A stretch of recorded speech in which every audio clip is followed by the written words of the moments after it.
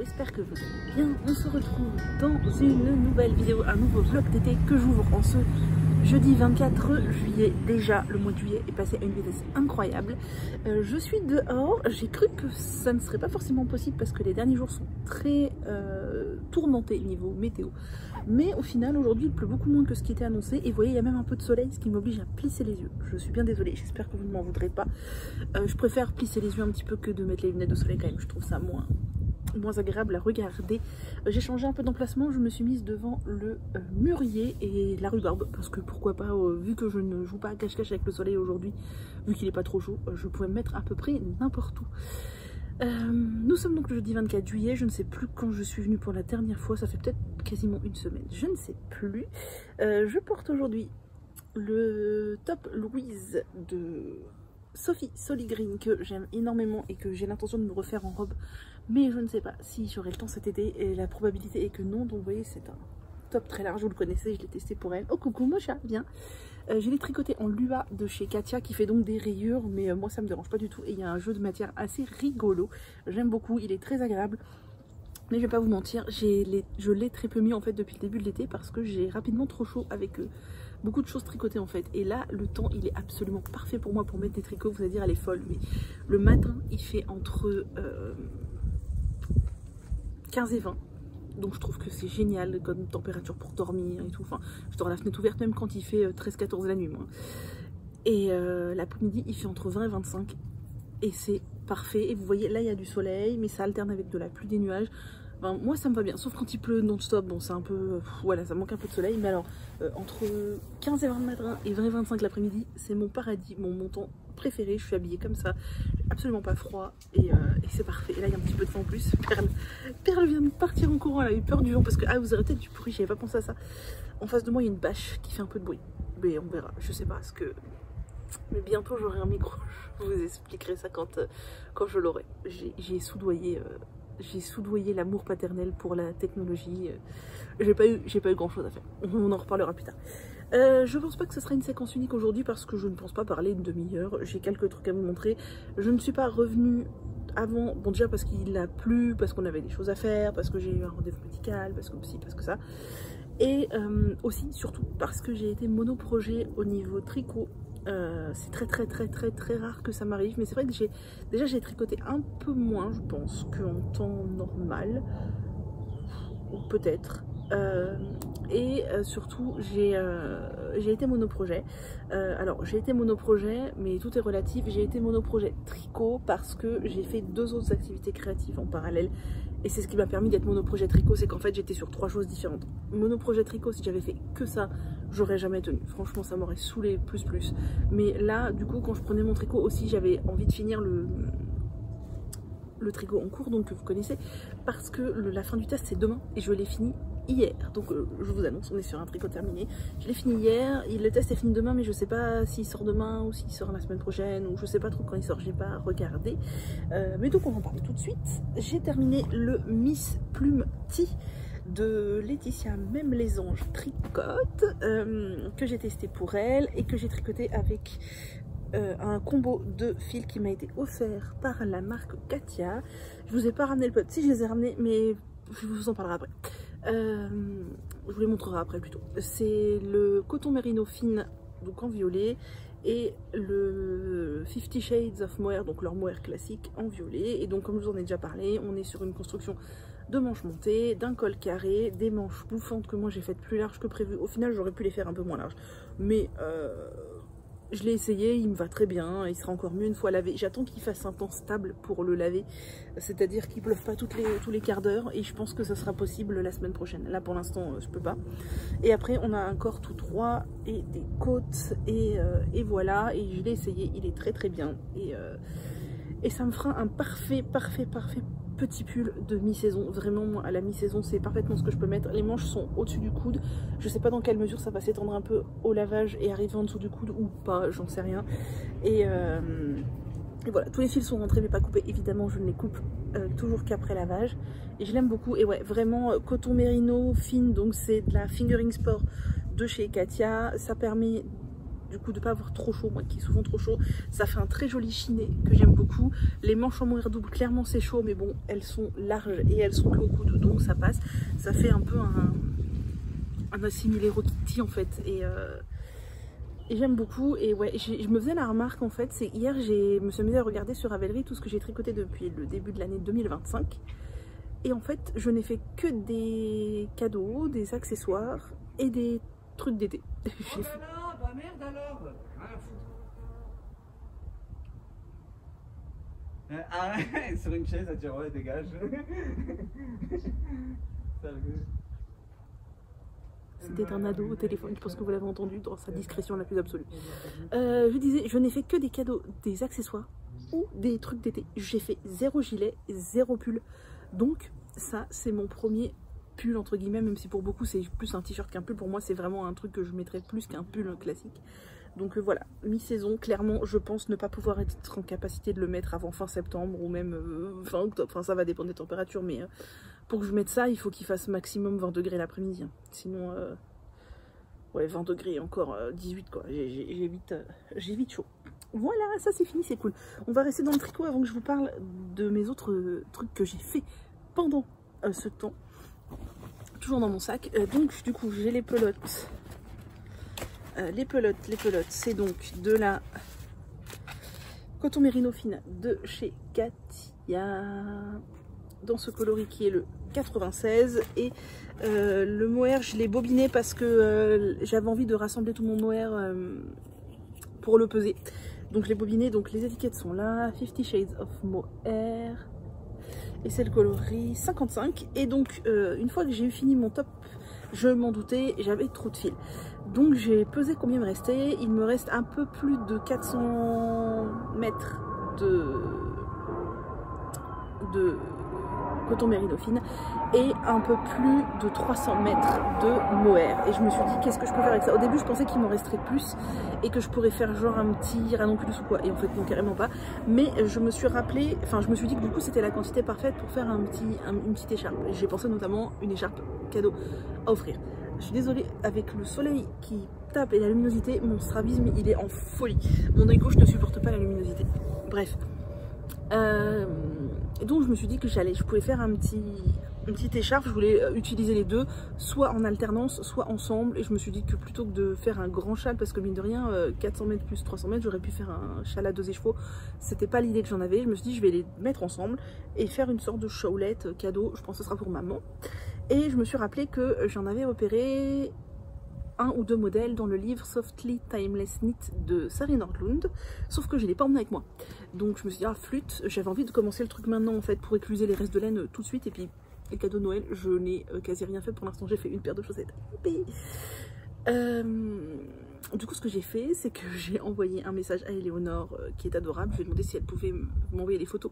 Enfin, je suis allée voir les patrons du Softly Timeless Knit, qui est un livre de Sari Nordlund, dont les patrons sont référencés sur Ravelry, mais qu'on ne peut pas trouver individuellement sur Ravelry. Je suis allée voir le patron, je me rappelais plus du tout comment il s'appelait, que j'avais repéré.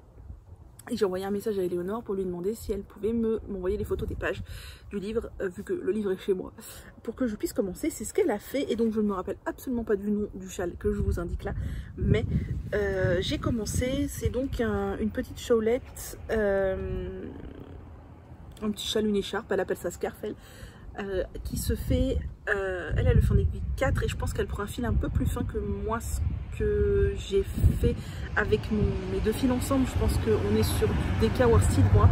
Elle est peut-être plus sur de la Sport DK, je sais pas trop. Et elle utilise les aiguilles 4. Moi, je suis partie en aiguille 4,5 pour commencer. Je trouvais que c'était trop dense. Du coup, je suis passée en aiguille 5. En aiguille 5, j'aime beaucoup. Donc, potentiellement, ma petite écharpe va être plus grande que celle de Sari Nordlund. Et c'est absolument pas un problème. L'inverse l'aurait été un peu parce que c'était déjà une écharpe pas très grande. Si elle était encore plus petite, on ne pouvait pas l'accrocher, quoi. Mais je sais que ma maman aime beaucoup ce genre de pièces. Donc, je me suis dit que j'allais lui en offrir régulièrement. Parce que, voilà, toutes les matières, toutes les couleurs, comme ça, elle pourra les assortir. Et donc, bah, je mets les deux fils ensemble. Alors, il est possible que je manque de mohair. Ah oui, je vous ai même pas montré de mohair, il est là. Je l'ai bobiné et je l'ai mis dans une mini chaussette à cake que je crois que c'était Lucie 3615 Kumquat qui me l'avait faite. C'est vachement pratique, du coup comme ça il se barre pas du tout. Voilà ce qui me reste de mohair de mon petit pull.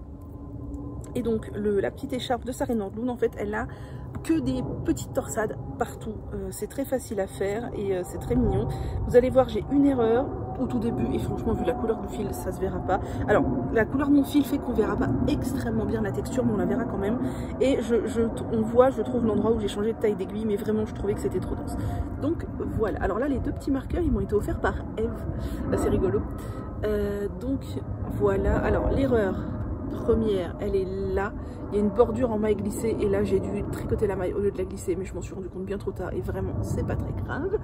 Et là vous voyez jusqu'à ici j'ai tricoté en aiguille 4,5 et là je passe en 5 et j'aime beaucoup mieux. Et de toute façon, oh la vache, on n'y verra que du feu. Et donc ben, j'ai pas fait grand chose, hein. J'ai commencé ça hier soir. On voit un petit peu, je sais pas comment, ouais je pense que vous voyez, en fait il y a une torsade ici, il y a une torsade là, ces deux torsades vont rester sur le bord des deux côtés et au milieu il y a des torsades qui vont s'ajouter au fur et à mesure et là on voit que j'ai commencé à ajouter une torsade. Voilà, donc je pense que vous voyez, ah ouais là vous voyez bien. Là je trouve que le rendu mohair et l'autre fil, j'allais dire fingering mais c'est pas réellement de la fingering, rend bien. Et je pense que ça fera une petite écharpe super sympa pour l'automne. Voilà, donc je pense, bah, je vais essayer de la tricoter là et de la finir rapidement. Ma maman peut la voir, ça me dérange pas, elle sait pas que c'est pour elle, donc je pense que je lui offrirai à Noël. En fait, j'aimerais bien lui offrir chaque année, pas à Noël, mais en un an, je réfléchissais à ça tout à l'heure. J'aimerais bien lui offrir une petite écharpe comme ça. Moi, je venais déjà offert plusieurs cette année, mais ça c'est pas grave. Elle aime pas du tout les chaussettes tricotées, donc non, par contre, elle adore les petites écharpes. Un gilet par an, elle aime beaucoup les gilets et de préférence des assez gros gilets comme j'avais tricoté le Magnolia Chunky Cardigan l'année dernière, donc ça monte assez vite. Donc un gilet et un pull par contre ça sera un peu plus long. Alors elle fait une petite taille donc ça va plus vite, mais je sais qu'elle adore les pulls dans les tons bleus colvés fins, assez fin, j'entends par fin, alors ça peut aller jusqu'à de la DK, mais disons entre fingering et DK quoi. Et donc j'aimerais bien par an lui faire une petite écharpe, un gilet quelconque et un pull basique colvé bleu, voilà, ou pas bleu, mais au moins lui en faire un bleu ou deux, qu'elle en ait un ou deux, parce que elle me demande tout le temps, c'est moi qui lui, des fois elle trouve pas ce qu'elle cherche, elle me dit tu veux pas me trouver, je cherche un pull bleu, machin, et c'est toujours les mêmes, ça fait des années que je la vois que c'est pull bleu marine colvé, et donc bah, je me dis ça serait encore plus cool si les siens étaient tricotés quoi. Voilà, et plusieurs épaisseurs pour pouvoir mettre un peu tout au long de l'année. Bon, c'est des projets que j'ai comme ça, pour l'instant je n'ai rien fait, hein, mais j'aimerais bien, voilà. Donc cette petite écharpe, c'est ce que je tricote en ce moment. J'aimerais bien aussi, il faut absolument que je fasse, c'est de rajouter, vous savez, les bretelles sur ma brassière. Je l'ai laissé en plan, je ne l'ai pas fait, il faudrait juste que je prenne le temps de faire ça. Je pense que c'est ce que je vais tricoter là. Peut-être que je vais être un projet là-dessus. Ça devrait monter assez vite, hein. Aiguille 5 et je tricote 400 mètres de fil. Donc aiguille 5 en 400 mètres de fil, ça devrait monter assez vite, même s'il y a régulièrement des torsades et qu'il faut suivre un diagramme. C'est pas non plus un diagramme compliqué et on n'aura jamais beaucoup de mailles sur les aiguilles. Donc je verrai. Si je manque de mohair, je sais pas ce que je vais faire. Je pense que ça va dépendre où j'en suis dans l'écharpe, si je manque de mohair. Si j'en suis quasiment à la fin, je pense que je finirai sans mohair. S'il me reste vraiment beaucoup à faire, je pense que je rachèterai un petit peloton de mohair et puis voilà, mais ça peut passer, mais je pense que je vais quand même être vraiment je vais vraiment jouer Yarn Chicken sur le mohair. Sur la fingering c'est sûr qu'il me restera peut-être même une pelote de rab, mais sur le mohair voilà. Ensuite du coup qu'est-ce qui a occupé mes mains, parce qu'en fait le truc c'est que j'ai à peu près 3 temps de créatif dans ma journée, enfin hormis quand on fait des choses particulières, mais surtout ces derniers temps. Nous on est casaniers, on aime bien être dans le jardin ensemble, beaucoup, mes parents font des mots croisés etc, et en plus il a plu ces derniers jours, donc clairement encore moins dehors quoi, et du coup j'ai à peu près 3 temps créatifs. J'ai à peu près un temps créatif d'1 heure ou 1h30, ça dépend, le matin avant le déjeuner. J'ai un temps créatif d'à peu près 1 heure ou 1h30 après le déjeuner, ça dépend ce que j'ai envie de faire aussi, mais généralement mes parents font la sieste bouquine et moi je me pose et je regarde des vidéos YouTube en faisant quelque chose de créatif. Et le soir on regarde la télé tous les soirs de 20h30 à 22h, donc ça fait 1h30, et pendant ce temps là je tricote. Voilà, pendant ce temps là je tricote, même des fois un peu avant, un peu avant le dîner je tricote aussi. Et avant je tricotais tout le temps, donc mon heure du matin, mon heure de début d'après-midi et la fin d'après-midi je tricotais. En ce moment je fais quelque chose le matin avant le déjeuner, quelque chose en début d'après-midi et du tricot le soir. Donc qu'est-ce que je fais en début d'après-midi? Je me suis acheté, parce que j'en avais hyper envie depuis un moment et j'ai fini par craquer, je me suis acheté un canevas de chez Canva Fatal. Alors je l'ai pris le mien chez Lil Weasel. Ça coûte cher les canevas Fatal. J'ai pris un petit format parce que je voulais pas du tout faire un gros format, d'autant plus que le prix. Et ça coûte cher, mais sachez que les canevas Fatal, je suis allée voir les vidéos de YouTube dont il parle et le monsieur se présente et c'est un jeune homme qui est fondateur de la marque et ça a l'air d'être vraiment hyper éthique.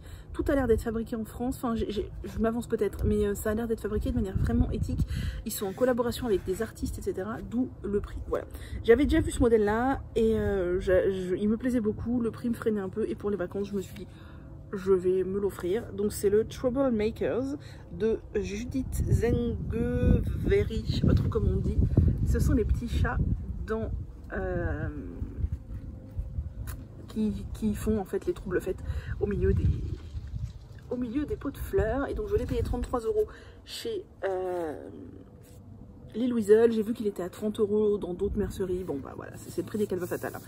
La toile fait 15 par 20 et dedans donc on a la toile qui est préimprimée, une aiguille, les fils qui sont déjà coupés, ça je trouve ça trop cool. Tous les fils sont déjà coupés dans je sais pas 30 cm peut-être et je trouve ça trop bien, du coup c'est hyper pratique.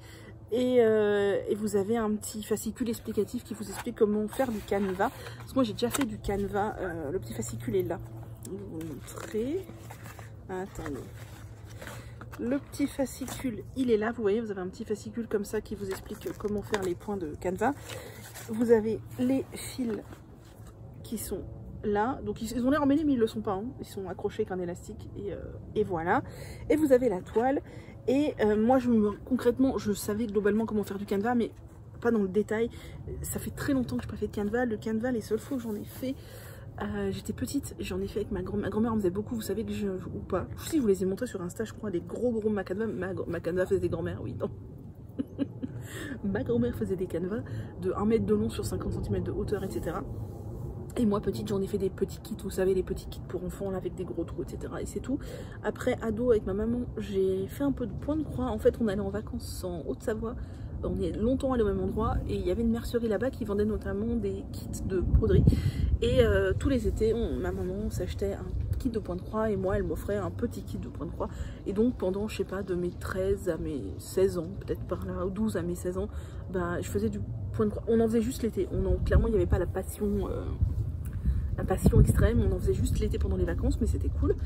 Et en fait là j'ai des kits de point de croix chez moi, j'en avais refait un peu plus tard, un peu plus âgé, mais j'avais pas envie de faire du point de croix parce que je trouve que le point de croix, bon déjà il faut un tambour, il faut tendre la toile, je trouve qu'il faut compter, enfin c'est pas je trouve, c'est il faut compter, c'est très petit, ça avance très peu vite, ça demande de la bonne luminosité, etc. Ça me tentait pas des masses, alors que le canevas, ça fait un moment que ça me tente d'en refaire parce que c'est simple, en fait c'est zéro cerveau.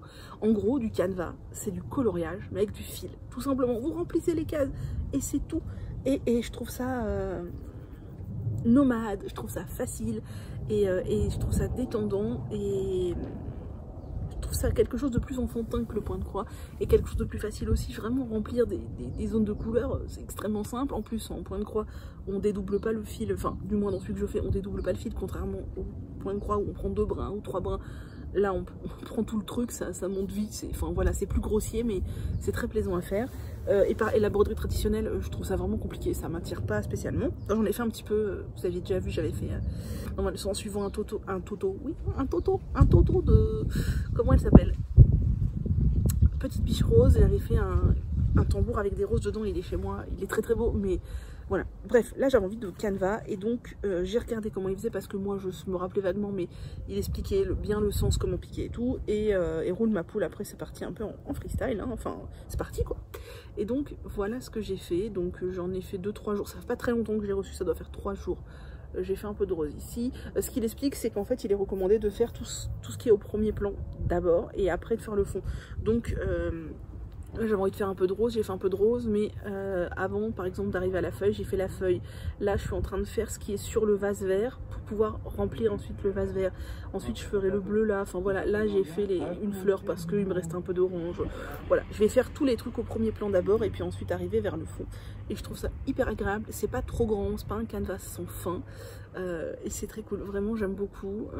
Derrière c'est pas parfait, mais je cherche pas du tout la perfection, je sais même pas ce que j'en ferai après. Si je le trouve sympa, enfin il est assez... ouais, c'est pas un motif de grand-mère quoi, je trouve assez design, le motif assez moderne, j'aime bien. Si ça me plaît bien, je l'encadrerai peut-être pour le mettre chez moi, dans ma bibliothèque fourre-tout. Si ça me plaît pas plus que ça, je sais pas ce que j'en ferai, peut-être un sac à projet, je sais pas. Et comme je suis dans ma folie canevas là, j'ai passé commande.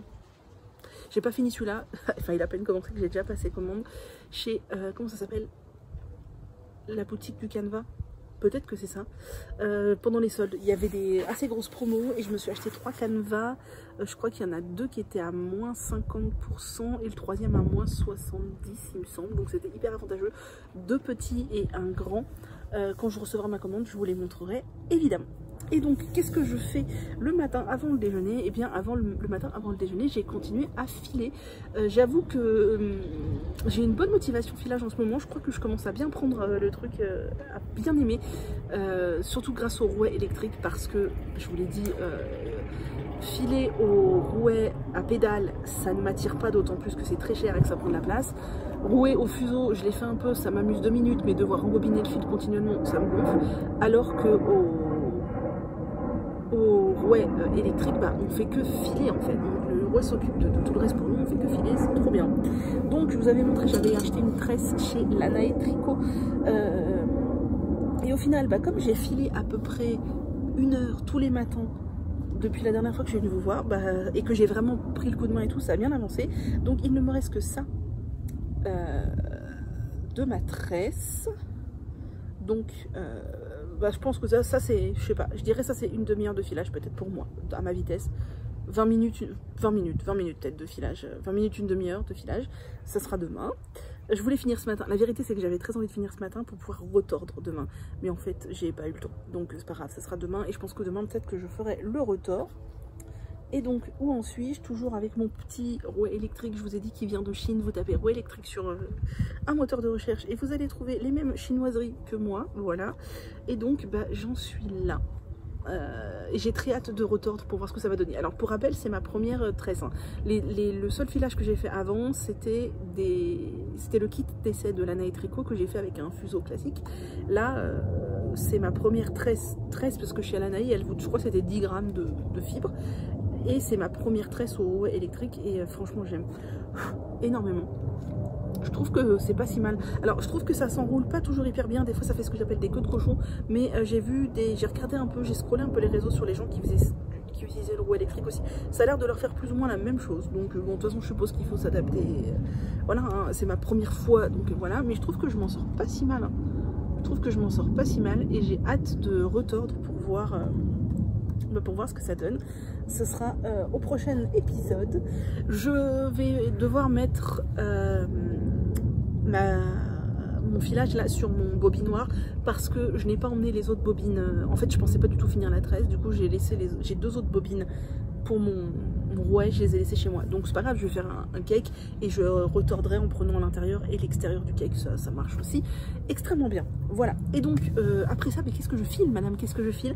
Du coup, j'ai passé 2 commandes. J'ai passé une commande chez Lanae de tresses. Je vous ai dit, Lanae, elle a des tresses vraiment pas très chères et très très jolies. Et c'est des tresses qui sont à 7,50 € je crois. Et j'ai passé commande chez, comment ça s'appelle, Bobinet et fil, bobine et filage, ou je sais pas, un truc comme ça, vous m'excuserez. Et j'ai acheté des... J'ai une idée, je vous montre, je vais attendre de recevoir ma commande aussi. J'ai très très hâte, il faut que j'aille voir où elle en est. J'ai très très hâte, j'ai acheté de quoi expérimenter quelque chose. C'est toujours pas très cher, hein. Vraiment quand on la fibre, quand on part sur des fils qui ne sont pas de la teinturière indépendante, bon, il n'y a pas un milliard de choix, j'ai l'impression, parce que c'est pas hyper répandu, mais il y a quand même du choix. C'est vraiment pas très cher, hein. C'est dans les... là, dans la commande que j'ai passée, il y a des tresses, j'ai pris plusieurs tresses, et j'ai pris aussi des fibres pour faire essayer quelque chose. Je les ai payées entre 3 et 7 euros, je crois, la tresse, donc, enfin, les 100 grammes, du moins. Donc, vraiment, c'est pas du tout très onéreux. Et j'ai passé commande aussi chez... Comment elle s'appelle? Je ne sais plus. Fileuse et... Oh, je sais plus, bah, je vous montrerai quand j'aurai reçu, c'est pareil. Je lui ai commandé des tresses. Je l'ai découverte en fait... Je l'ai découverte parce qu'elle a commenté mes vidéos YouTube, je crois. Et après, j'ai été voir son compte, etc. Il y a mon amie Marion les marionnettes qui filait une tresse de sa marque. Du coup, je suis allée voir et pour la soutenir et parce que c'était très beau ce qu'elle faisait, je lui ai acheté des tresses sur Etsy. Voilà, parce que les tresses de fibres, c'est quand même moins onéreux qu'un écheveau teint à la main. Même si les tresses sont teintes à la main, j'ai vu que de manière globale, un 100 grammes de fibres, on est dans les 18 euros, entre 18 et 20 euros chez les teinturières. Alors que maintenant, un écheveau de fingering ou un écheveau de quoi que ce soit, on est plutôt aux alentours de 24, 25, 26 euros chez les teinturières actuelles. Donc voilà, j'ai hâte de recevoir ça. Faut que je regarde mes mails pour voir où ça en est. Je crois qu'il y en a un qui arrive chez moi, enfin à la maison, et l'autre qui arrive dans un point relais. Et en ce moment, Mondial Relais, j'ai remarqué, ils mettent beaucoup de temps. J'ai des colis qui ont mis jusqu'à 15 jours à arriver. Bref, c'est pas très grave. Pour finir, je voulais vous parler de 2 patrons que j'ai vus qui sont sortis. Je vous les mets là et qui sont fort sympathiques. Nous avons tout d'abord les chaussettes Sentinelle d'Estelle Lemoine, alias Maison Pleine Fleur, qui sont un duo de chaussettes, l'une avec des phares et des squishy, là, des méduses, et l'autre avec des...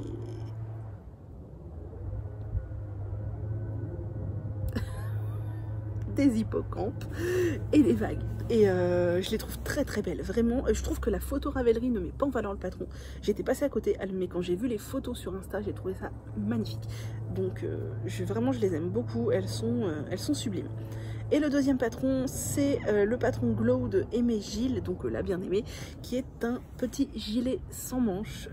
J'aime beaucoup, vraiment c'est le type de pièce qu'il faudrait absolument que je me tricote pour la mi-saison, parce que je pense que c'est quelque chose que je porterai énormément et je n'en ai aucune pièce de ce genre, que ce soit des gilets sans manches ou des pulls sans manches, je n'en ai pas. J'étais en train de réfléchir à autre chose, je vous dire après quoi. Je n'en ai pas, et même du commerce, et je pense vraiment que ça manque à ma garde-robe. Il va falloir que je me motive à m'en faire quelques-uns. Voilà, les projets tricot c'est pas ce qui manque, le air tricot c'est pas ce qui manque non plus. J'étais en train de me dire, ça fait 27 minutes que je filme, est-ce que je vous publierai pas ça comme ça en one shot, parce que comme ça vous auriez un petit bout. Je sais pas trop combien de jours ça fait que j'ai filmé l'autre, et je sais pas quand je reviendrai, parce que je pense que je reviendrai avec un peu d'avancée quand même, et donc pas demain quoi. Je pense donc que je vais publier ça dans la foulée là, aujourd'hui, demain, et que je l'ouvrirai un nouvel épisode. Je suis désolée, c'est pas vraiment un vlog du coup, vu que quand je viens je parle une demi-heure et je fais du one shot, mais écoutez, c'est ça ou rien, et moi ça me convient bien. Normalement la prochaine fois que je reviens, peut-être aurons-nous un son meilleur, je vous expliquerai cette histoire de micro. J'espère que j'aurai reçu mes commandes, je vous les montrerai, et voilà. Donc, bah écoutez, je pense que vous aurez cette vidéo ce soir, il y a des grandes chances. Visiblement le format vous plaît bien. Je sais toujours pas si je veux mettre un S ou pas sur la miniature, sur vlog d'été. Est-ce que ce sont les vlogs d'été ou est-ce que c'est le vlog de l'été, donc le vlog d'été? Je ne sais pas, vu que j'ai commencé sans S, je laisse sans S. Mais sachez que ça me turlupine à chaque fois que je le vois. Voilà. Sur ce, bah, je vous laisse. Je vous montrerai peut-être quand j'aurai lavé mon pull. Il faut aussi que je lave tous les tricots de maman. Enfin, tous les tricots. Son gilet sans manches, son gilet tout court et ses petites scarfs. Mais dès que j'attends qu'il fasse du soleil de manière certaine pour que ça sèche bien dehors et que ça repleuve pas dessus, quoi. Voilà. J'ai très hâte de continuer mon filage. J'ai très hâte de continuer mon canevas. J'ai très hâte de continuer mon tricot. J'avoue que j'adore les arts du fil. C'est vraiment le bonheur dans la vie. Sur ce, je vous laisse. Prenez grand soin de vous. Nous, on va bientôt manger des mûres. C'est pas encore tout à fait mûr. Mais ce que vous voyez pas, c'est qu'à l'angle, là, il y a plein de tomates. Je vous souhaite de prendre grand soin de vous. Du coup, bah, encore un petit épisode de 30 minutes. Je pense que vous aurez entendu un peu d'avion, un peu de gens passer, un peu de voitures, même c'est comme ça. Je sais qu'il y a des adeptes parmi vous des vidéos très longues, mais je pense que ce format 30 minutes vous plaît bien aussi. Je sais pas trop jusqu'à quand je vais le faire durer. Je pense que je vais le faire durer un peu plus tard que quand je rentrerai chez moi. En fait, je sais pas. Vraiment, vous verrez. C'est moi non plus, je sais pas en fait. Donc, c'est la surprise. Pour ceux qui vont demander, mes travaux avancent. Le carrelage est posé. Les travaux de plomberie, de machin, un truc aussi. La semaine prochaine, c'est la peinture. Et normalement, en fin de semaine prochaine ou la semaine d'après, c'est les finitions, pose des meubles, etc. Et voilà.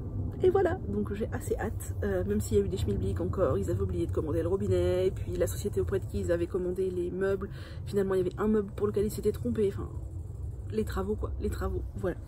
Allez, prenez grand soin de vous, je vous embrasse, passez un bel été, et à bientôt.